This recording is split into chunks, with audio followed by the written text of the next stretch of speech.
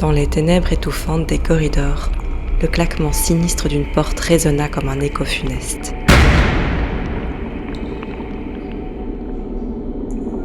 Alors que nous nous aventurions prudemment vers ce lugubre présage, nous rencontrâmes deux âmes égarées, affiliées au culte de Myrkoul. Astère tenta de les intimider, mais en vain. Les créatures, insensibles à la peur, rencontrèrent alors leur fin sous le joug de vigilance.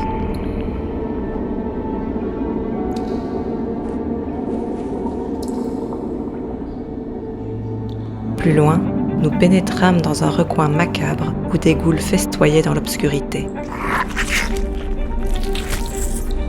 Elles déchiraient les chairs d'innocents depuis longtemps oubliés, leur nom effacé de la mémoire des vivants, leurs biens pillés et abandonnés dans les ombres.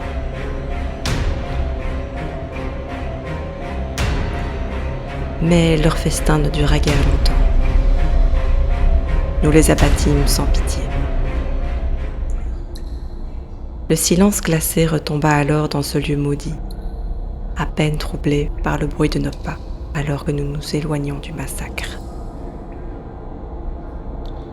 Nous poursuivîmes ainsi notre route, traversant un long couloir à moitié effondré. Puis enfin, devant nous, se dressait une porte antique, ornée de motifs funéraires, vestiges oubliés d'une époque révolue.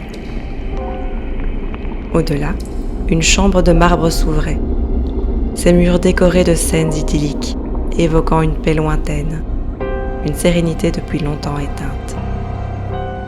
Même en ces lieux, dans ce sanctuaire, la lumière de l'espoir semblait évanouie, remplacée par l'ombre persistante de la désolation. Nous progressâmes encore quelque temps dans la pénombre avant de faire une nouvelle découverte.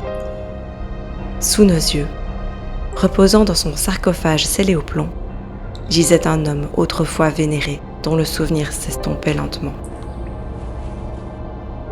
À ses côtés, un tableau le représentait, figé dans sa gloire passée. Ses mains tenaient fermement les symboles d'une ancienne guilde, dont le nom s'était perdu dans les méandres du temps.